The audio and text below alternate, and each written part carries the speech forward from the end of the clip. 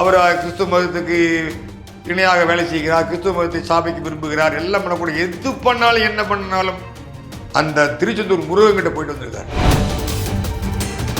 ஒரு வாரமாக நல்ல நிகழ்ச்சிகள் வந்துட்டு இருந்தால் கூட இது நிலைத்திருக்க வேண்டும் என்பது என்னது பிரார்த்தனை. ஆனால் நிலைத்திருப்பது கேள்விக்குறி. ஏன் அப்படி சொல்றீங்க? இப்படி ஒரு தியாகம் பண்றவன் வந்து இது வரைக்கும் வரல.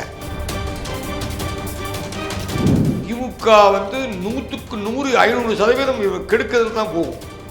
அந்த அளவுக்கு திமுக கூட சொல்லி கொடுக்குன்றீங்களா? எங்க பேசுறேன்னு தெரியல.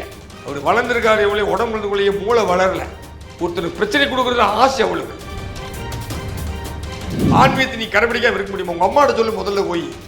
அந்த அம்மா மந்திரவாதி துர்கா ஸ்டாலின் ஆச்சரியமா இருக்கு ஐயா நீங்க கேட்க. திருவெண்காலம் அந்த அம்மாவுக்கு தெரியாத மந்திரமே கிடையாதுங்க. விஜய் அவர்களுக்கு வந்து சிக்கல் இருக்கு அப்படின்னு சொல்றாங்க. நிச்சயமா அதிகமான சிக்கல் இருக்கு.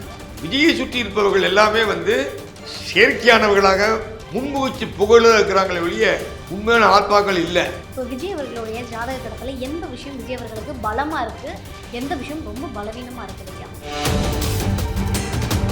இப்பதான் அவர் வாழ்க்கையை ஆரம்பிக்கிறார். நிகழ் வாழ்க்கை அதுல வந்து பித்ருஸ்தானமும் கெட்டு போச்சு, 4ஆம் இடம் சுகஸ்தானமும் கெட்டு போச்சு. வணக்கம், நான் ரவீனா. இன்றைய நேர்காணலில் நம்மோடு இணைந்திருக்கக்கூடிய சிறப்பு விருந்தினர் கோவையிலிருந்து பிரத்யங்கரா உபாசகர் வெங்கட சர்மா ஐயா தான் இருக்காங்க. ஜோதிடத்தில் பல வருட அனுபவம் வாய்ந்த ஐயா நம்ம கூட இருக்காங்க. ஐயா கூட சேர்ந்து நிறைய விஷயங்களை கேட்டு தெரிஞ்சுக்கலாம் வாங்க. ஐயா வணக்கம். வணக்கம். எப்படி ஐயா இருக்கீங்க? நல்லா இருக்கேன். சூப்பர் ஐயா. ஐயா நீங்கள் வந்து ஒரு எப்படி சொல்ல, ஒரு ஜாம்பவான் அப்படின்னு சொல்லலாம் இந்த ஜோதிட துறையில். நீங்கள் வந்து ஒரு 4 வருடத்துக்கு முன்னாடிலாம் நான் பார்க்கும்போது நீங்கள் வந்து ஒரு விஷயத்த ஸ்ட்ராங்காக சொல்லிக்கிட்டே இருந்திருக்கீங்க. புது ரத்தம் தான் வந்து தமிழ்நாட்டை ஆளும், புது ரத்தம் தான் தமிழ்நாட்டை ஆளும் அப்படின்னு. உங்களுடைய வாக்கு வந்து இன்னைக்கு பலிதமாகிருக்கு அப்படின்னே சொல்லலாம். விஜய் அவர்கள் வந்து முதலமைச்சர் ஆகியிருக்காங்க. நீங்கள் வந்து இதுக்கு முன்னாடி ஜெயலலிதா அம்மையாரோட மறைவு பற்றி நிறைய விஷயங்கள் பேசியிருந்தீங்க. உண்மையான விஷயங்கள் எல்லாத்தையும் வெளிக்கொண்டு வந்தீங்க. அதில் முழு முதற் பங்கு உங்களுக்கு இருக்குன்னு சொன்னால் அது மிகையாகாத ஒரு விஷயம் தான். இன்றைக்கி வந்து நீங்கள் பார்த்தீங்க அப்படின்னா திமுக அரசு இப்போவுமே வந்து என்ன சொல்கிறாங்க அப்படின்னா விஜய் அவர்களுடைய அரசியல் வாழ்க்கை நீட்டிக்காது, விஜய் அவர்களுடைய எதிர்காலம் அப்படின்றது கேள்விக்குறியாகவும் சொல்லிக்கிட்டே இருக்காங்க. இந்த விஜய் அவர்களுடைய சிஎம் பயணம் அப்படின்றது நீட்டிக்குமா ஐயா? விஜய் அவர்கள் முதலமைச்சராக வந்தது கரூர் இருந்து 10 கிலோமீட்டருக்கு நெரூர் சதாசிவ பிரம்மேந்திரால் தான் அவரை கொண்டு வந்திருக்கார். சதாசிவ பிரம்மேந்திராவின் அருள் பெற்ற விஜய் அவர் தான். நிறைய விளக்கங்கள் வருகிறது. அவர் கிறிஸ்துவ மதத்துக்கு இணையாக வேலை செய்கிறார், கிறிஸ்துவ மதத்தை ஸ்தாபிக்க விரும்புகிறார், எல்லாம் பண்ணக்கூடிய எது பண்ணாலும் என்ன பண்ணாலும் அந்த திருச்செந்தூர் முருகன்கிட்ட போயிட்டு வந்திருக்கார். அந்த முருகன் இருக்கா பார்த்தீங்களா, அந்த முருகன் வந்து நெரூர் சதாசிவ பிரம்மேந்திரால் அவருக்கு துணையாக இருக்கிறார். எத்தனை பெரிய கெட்ட சக்தி வந்தாலும் அந்த சக்தி ஒரு தூளாயிடும். ஆனால் இப்போ அவர் வந்து எடுத்த முடிவெல்லாம் சற்று பிறண்ட நிலைகள் இருக்கிறவன் வந்து, அதாவது கட்டுச்சதுக்குள்ள பிரிச்சாலி போன கதையாக தான் இந்த இவன். அதனால தான் இவங்கெல்லாம் கமித்துருவேன் பண்ணிடுவேன் 4 வருஷம் பண்ணுறேன்னு பேசிட்டு இருக்காங்க. அந்த அளவுக்கு கிரகங்கள் வலுவாக இல்லை. ராகுகேதுக்களின் தாக்கம் மிக அதிகமாக இருக்கிறது. ஆகவே ஏற மாதிரி ஏறி டப்பால்னு இறக்கி விட்டுருவாங்க. நான் அதை தான் சொல்லிட்டு இருந்தேன். போன என்னோட நிகழ்ச்சிகள் எல்லாத்துலேயுமே சொல்லிட்டு இருக்கேன். எல்லா பேருக்குமே இது வரும், அடித்து சொல்ல முடியல. அதனால தான் யாராலே முடியும். அப்போ ஒரு நண்பர் கூட தொலைந்த யூடியூப்பில் இந்த மாதிரி பேசுகிற நண்பர் கூட இல்லை, நீங்கள் என்னங்க நீங்கள் அதுக்கு ஆசிரியராக பேசுகிறீங்க, இவங்களுக்கு ஆதரவாக பேசுகிறீங்க, டிவிக்கே தான் வரும், ஒத்துக்கிறேன், வந்தாலும் ஒத்த காலில் நிற்க வேண்டி வரும்னு சொன்னேன். அது மாதிரி தான் எனக்கு இன்றைக்கி ஒத்த காலில் நின்றுருக்காங்க. ஆனாலும் எனக்கு இருக்கிற பெரிய ஒரு மிகப்பெரிய கவலை, இந்த கவலை ஆரம்பத்தில் இப்போ இந்த ஒரு வாரமாக நல்ல நிகழ்ச்சிகள் வந்துட்டு இருந்தால் கூட இது நிலைத்திருக்க வேண்டும் என்பது என்னது பிரார்த்தனை. ஆனால் நிலைத்திருப்பது கேள்விக்குறி. ஏன் அப்படி சொல்றீங்க? அது வந்து அரசியலில் வந்து வாழ்க்கையில் வந்து இப்படி ஒரு தியாகம் பண்ணுறவன் வந்து இது வரைக்கும் வரல. காமராஜுக்கு அப்புறமே வந்து வந்தவன் எல்லாருமே எப்படி திருடலாம், எப்படி துரோகம் பண்ணலாம், குடும்பத்துக்கு எப்படி துரோகம் பண்ணலாம், நாட்டை எப்படி துரோகம் பண்ணலாம், நம்பினவனை எப்படி துரோகம் பண்ணலாங்கிறது தான் வந்திருக்கானுங்கள் ஒழிய இந்த மாதிரி என் சொத்து போயிட்டு நாங்கள் சோத்து கொண்டு போய் சாப்பிடுவேன்னு எவனும் பண்ண கிடையாது. என் காரை தான் போகணும் சொல்ல கூட கிடையாது. அந்த வரும்போது இவர் அழிக்கிறதுக்கு எதுக்கிறதுக்கு பல வழியிலையும் சொல்லப்பட்டுருக்கோம். சும்மாவே இருக்க மாட்டான். திமுக வந்து 100க்கு 100 500% இவர் கெடுக்கிறது தான் போகும். ஏன்னா அவர்கள் வந்து வாழ்க்கையை ஆரம்பித்தே திருடித்தான் ஏமாற்றி பிழைப்புதான் ஒழிய அவங்க எல்லாம் ஒன்றும் மனிதர்கள் பேச எப்படியும் அவர்கள் சதியிலேருந்து இவங்க தப்புறது தெய்வம் இருக்குன்னு தான் பார்க்கணும். கண்டிப்பாக முடியாது. அந்த அளவுக்கு திமுக குடைச்சல் கொடுக்குன்றீங்களா? திமுக ஆட்சி கண்டிப்பாக குழப்பம் பண்ணுவாங்க, சும்மா இருக்க மாட்டாங்க. அதுக்கு சதவீதம் உதயநிதி பேசுறது பற்றி தேவையில்லாமல் ஆட்சி நடத்துக்கு போல எப்படி வம்பு பண்ணி விட்டு போயிட்டாரு. தேவையே இல்லை. எங்கே பேசணும்னு தெரியல. அவர் வளர்ந்துருக்காரு எவ்வளோ உடம்புக்குள்ளேயே மூளை வளரல. ஒருத்தருக்கு பிரச்சனை கொடுக்குறது ஆசை அவளுக்கு. அடுத்தவங்களோட கஷ்டத்தை பார்த்து அவ்வளோ ஆசை. ஒரு பிரச்சனை இப்போ தான் வந்து 2 பதவி ஏற்றிருக்கிறார். மக்கள் கொடுத்த தீர்ப்பு ஏற்றுக்கிறீங்க. அப்போ என்ன அர்த்தம்? உதவி பண்ணி எல்லாம் ஒதுங்கி போ. நீங்கள் வெளிநாடு போகிற உனக்கு எதுக்கு இதுக்கு தேவை வேண்டாம் பேசி எங்களை இந்துக்கள் எதிர்ப்பு இந்துக்கள் அவமானம் என்பது சர்வ சாதாரணமான விஷயம் இந்த காலத்தில். நீங்கள் இதுதான் உங்களுக்கு மூலதனமே அதுதான். திமுக மூலதனமே தான் அதுதான். புரியுது. யார் நீ நினைச்சது ஒருத்தவனால் பண்ணி ஆன்மீகத்தை நீ கடைபிடிக்காம இருக்க முடியுமா? உங்கள் அம்மாட்ட சொல்லு முதல்ல போய். அந்த அம்மா மந்திரவாதி. திருவெண்காடில் அந்த அம்மா வந்து பயங்கர மந்திர ஆவாகம் ஜெபம் பண்ணுற அந்த அம்மா துர்கா ஸ்டாலின். அந்த அம்மாவோட இதெல்லாம் சாதாரணமானது இல்லைங்க.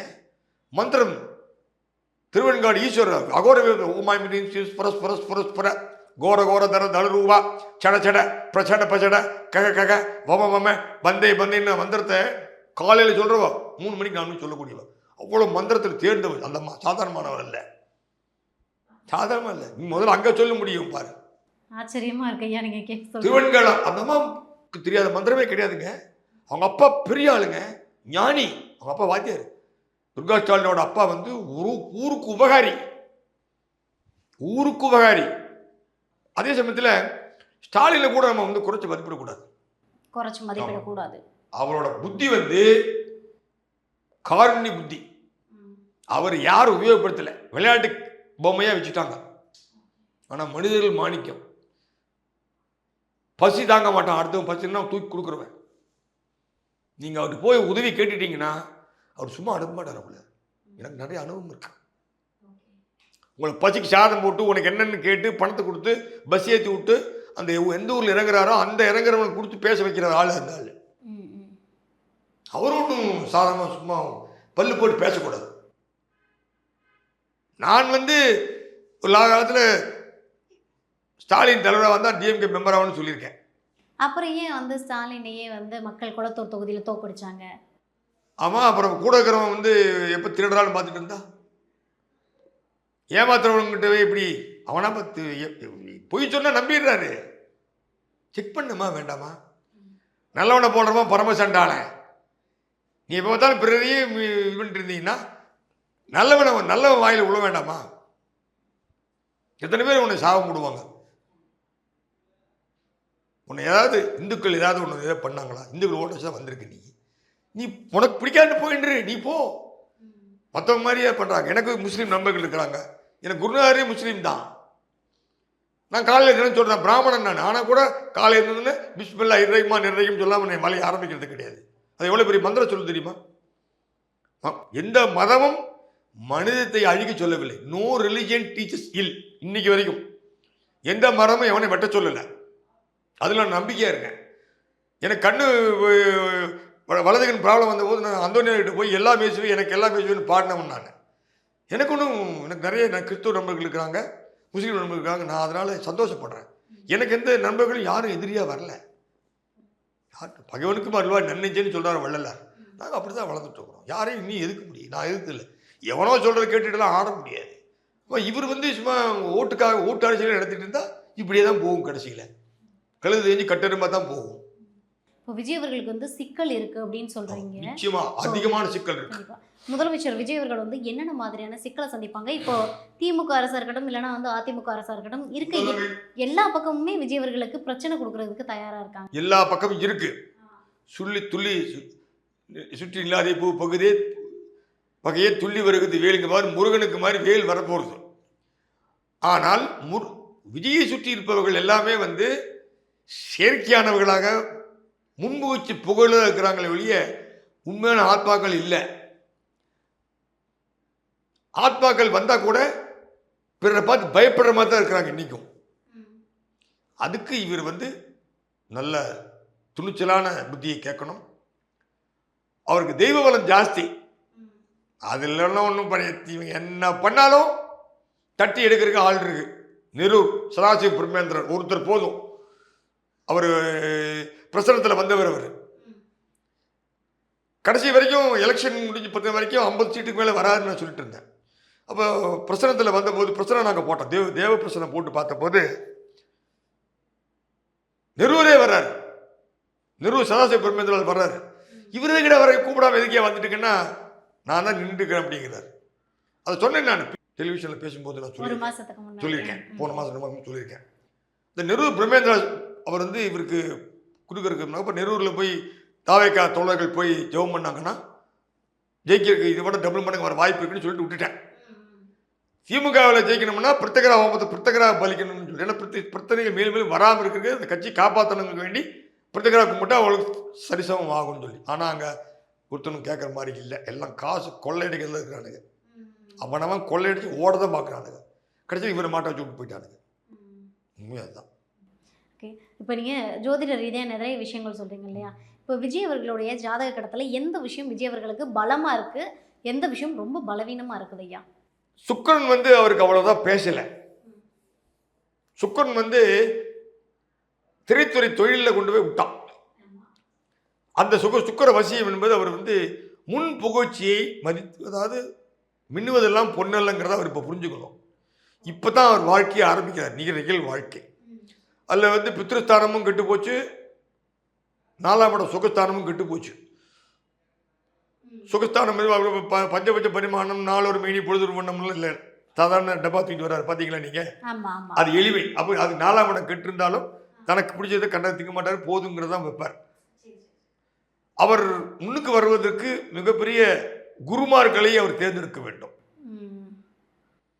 இப்போ அவர்கிட்ட வர்றவெல்லாம் எப்படி காசு சவாரி கிண்டிட்டு போகலான்னு தான் பார்க்குறான். ஆன்மீகவாதி ஆகட்டும், அரசியல்வாதி ஆகட்டும், ஜோதிடர் ஆகட்டும், எவ்வளவு கிண்டலான்னு தான் பார்த்து போயிட்டு இருக்கான். இவன் பட்ட ஒரு கர்மயோகையை எப்படி கொண்டு வருவது என்பதை எவனும் நினைப்பதில்லை. நான் அதைத்தான் நினைத்தான் அழுது கொண்டிருக்கிறேன். கடைபிடித்தேன் கொள்வார் இல்லைன்னு சொல்லிட்டு பல்லலார்.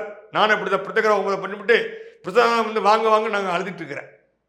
ஆனாலும் முடியாமல் 25 வருஷமா இதுவே கதியாக இருக்கிறேன் நான். ஆனால் என் குருநாதர் எனக்கு போட்ட பிச்சை. இன்னும் என் மனசு வந்து நான் சுகத்தை விரும்புவதில்லை. எனக்கு 9 மணிக்கு சாகனம் என்ற விதி இருந்தால் 9 மணிக்கு பிரத்யேகரா ஹோமம் பண்ணுறேன்னு பார்க்குறேன் இன்னி வரைக்கும். ஆனால் எனக்கு எவ்வளோ கொலை மூச்சிகள் என்னை கொண்டு போய் காலில் கட்டி கடலில் விட்டவங்க இருக்கிறான், என்னை வெட்டுறதுக்கு வேண்டி போட்டவங்க இருக்கான். ஆனால் எல்லாமே 5-6 ரூபாய் என் மேலே வெட்டலை. வீரப்பணி பிடிப்பதற்கு காட்டில் நான் வந்து பறவைகளுக்காக வேண்டி 18 நாள் ஹோமம் பண்ணுவேன். அந்த பறவை பறந்து காட்டும். நான் பண்ண ஹோமத்தால் பறந்து காட்ட முடியல. அதனால தான் வீரப்பனை பிடிக்க முடிஞ்சுது. அந்த 10 பறவை பழக்கி வச்சுருந்தான் வீரப்பன். அந்த 10 பறவைகளை வசியம் பண்ணி வச்சுருந்தான். மக்கள் மனிதர்கள் எவராக வந்தால் அது பறந்து காட்டும். அந்த பறவை நான் பறக்க விடாமல் பண்ணேன். நடராஜன் தான் நல்லா என்னோட நல்ல பழக்கம். அவர் தான் பண்ணார். திடீர்னு இன்னொருத்தர் வந்துட்டார், இன்னொரு அதிகாரி. அப்போ அவர்களெல்லாம் பண்ணார். அப்போ கூட எனக்கு பல மிரட்டல்கள் வந்தபோது கூட நான் உயிருக்கு பணயமான விஷயங்கள்லாம் நடந்தபோது கூட நான் அதை பற்றி உயிரை பற்றி கவலைப்படவே இல்லை. நான் செத்து போனேன், என்ன ஆகும்? ஒன்றும் ஆகாது. ஒரு வாரம் 10 நாள் இருக்கும், அப்புறம் அம்மா வேலையை பார்க்க போயிடுவான். அதுதானே வாழ்க்கையே. அதனால் நான் கவலைப்படுத்தி என்னோட குருநாதர் சொல்கிறத நான் பண்ணேன். குருநாதர் ஆணைப்படி மீறலை இது வரைக்கும். ஸோ ஆன்மீகத்தின் வலுவில் தான் விஜய் இருக்க முடியும். விஜய் இது பண்ணுவார். இந்த ஆட்சியில் வந்து பலவிதமான குழப்பங்கள், சிக்கல்கள் எல்லாம் நடக்கும். எதிர்பாராத பல சதிகள் கூட நீங்கள் 1ஆம் தேதிக்கு மேலே நடக்கும். ஆமாம். ஆனால் வாழ்ந்தவர் கோடி, மறைந்தவர் கோடி, மக்கள் மனதில் நிற்பவர் யார் என்ற கேள்வி பார்க்கும்போது விஜய். ஆமாம். இன்னொரு எப்படியும் இல்லை, அவர் கிரகங்கள் அவர் வந்து பேடாக தான் இருக்கு. 2 கிரகங்கள் கடகத்திலேருந்து குரு வர்றது ஒன்று பெருசாக பேசலாம்.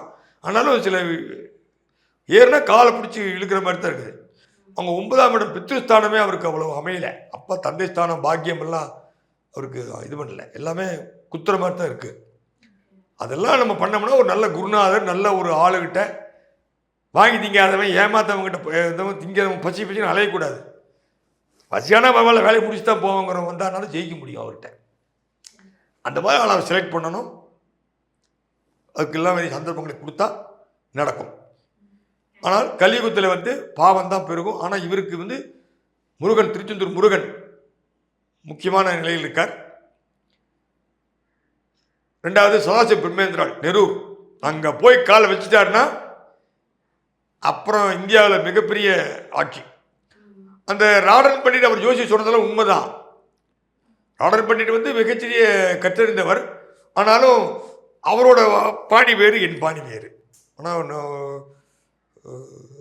சாஸ்திரங்களில் அவர் நாங்கள்லாம் ஹோமம், மந்திர ஜபங்கள், பிரசனம் இதெல்லாம் போயிட்டுருப்போம். அவரோட வாழ்க்கை தனி ஜோதி ஜாதகம். ராடன் பண்டிட்டுக்கு கொடுத்தது ஒரு குருவோட ஸ்தானமாக வந்தார், ஒத்துக்கிறேன். அதை பகிரங்கமாக பண்ணிடக்கூடாது, எல்லாரும் கண்ணு படமாக பண்ணக்கூடாது அப்படியெல்லாம். இப்போ நான் கூட தான் டெல்லியில் பல இதுக்கு போனால் கூட நாங்கள்லாம் எங்கே போன வரோன்னே தெரியாது. சில விஷயங்கள் கலியுகத்தில் கொஞ்சம் அமைத்து தான் எங்கிட்ட வராது. பகுத்தறிவு பழகனே கிடையாது. மீட்டிங்கில் பேசுவான், பார்ப்பனர்கள் வெட்டு சமுதாயத்தை அழிப்பு இன ஒழிப்பு செய்ய வேண்டும் கத்துவான் மீட்டிங்கில். பூங்களை வெட்டு அப்படி இப்படிம்பா. நைட் எங்கிட்ட வீடு சாமி 90 கொடுங்கம்பா. என்ன உடம்புல திட்டிங்கம்மா. நீ இதை பாப்பா ஆகாது வெட்டுக்கிட்டுன்னு சொன்னேன். சாமி பொழைக்கிற வழிங்க சாமி, உங்களை ஐக்கியதான் ஒன்றும் சொல்ல மாட்டீங்க, மற்றவங்க எங்களை பிறந்துருவான் இப்படியே சொல்லுவாங்க. எங்கிட்ட வராத பகுத்தறிவு பழகனே கிடையாது. நான் வந்தால் கூட வாங்க உட்காருங்க இல்லை மரியாதை தான் அனுப்புவேன். ஆனால் நிறைய பேர் வருந்துறாங்க. எங்களை ஐயர்களை திட்டதாக தெய்வத்தை எழுந்தாலும் கூட நேரடியாக மறைவில் வாழ்த்து பொழப்புக்காக வேண்டி சாமி திட்டத்தை வச்சுருக்கானுங்களே ஒழிய மனசார எவருமே பண்ணுறதில்லை. எங்கிட்ட வராத பகுத்தறிவு பழகனே கிடையாது. எங்கிட்ட வர அத்தனை பேரும் கல்யாணம் பண்ணி வச்சுருக்கேன், தாலி ஜெபம் பண்ணி கொடுத்துருக்கேன். எத்தனை பேர் தாலி மாற்றினாங்க, அத்தனை நாள் என்கிட்ட வந்துச்சு. நான் தான் லால்குடி மாங்கல்ய முறை சனியில் போய் தாலி ஜெபம் பண்ணி கொடுத்து திருப்பி கட்ட வச்சேன். இது எத்தனை பேருக்கு தெரியும்? அது போலி வாழ்க்கை. சரி, நான் நம்ம என்னோட கொள்கை எப்படின்னா, நிலா ஓடிவா, இல்லாமல் ஓடிவா, மலை மேலே ஏறிவான்னு குழந்தைக்கு ஒரு பொய்யை காட்டி சோறு விட்டுறோம். அது மாதிரி இவனுக்கு ஒரு பொய்யை காட்டி நல்ல நம்பிக்கை வரவாப்பமே. அவன் புண்ணியம் வாங்கிட்டு போட்டுமே, நம்ம கெட்டா போகிறோம். தெய்வம் ஒன்றென்று என்றென்று ஏதோ பண்ணிட்டு பத்துட்டுனா இப்போ கோழி முழிஞ்சு குஞ்சு முடம் ஆகுமா? அவன் புத்தி எப்படி, அவன் வளர்ப்பு எப்படி, அவனுக்கும் சரியானபடி கொடுத்துருக்க மாட்டாங்க ட்ரைனிங். போக போக தெய்வம், ஆன்மீகம், மந்திர சாதனைகள்லாம் சாதாரணமாக வராது. அது போதுமெட்ட மனமே பொன் செய்யும். போதுங்கிறவனுக்கு தான் வரும். வாங்குறவனுக்கெல்லாம் ஆசை. ஜக்கி வாசுதேவே ஆட்டம் ஆடுறாரு, பாட்டம் ஆடுறாரு, அவரால் சக்ஸஸ் பண்ண முடியாது. எல்லாத்துக்கும் ஆசைப்படுறேன், எல்லாத்துக்கும் ஆசைப்படக்கூடாது. பேய் தான் ஆசைப்படும் எல்லாத்துக்கும். போதும்னு வரணும். போதுமென்ற மனமே பொன் செய்யும் மருந்து. அதுக்கு போதுமென்ற மனத்துக்குள்ள வாழ்க்கையில் நிம்மதி எங்கேயும் கிடைக்காது.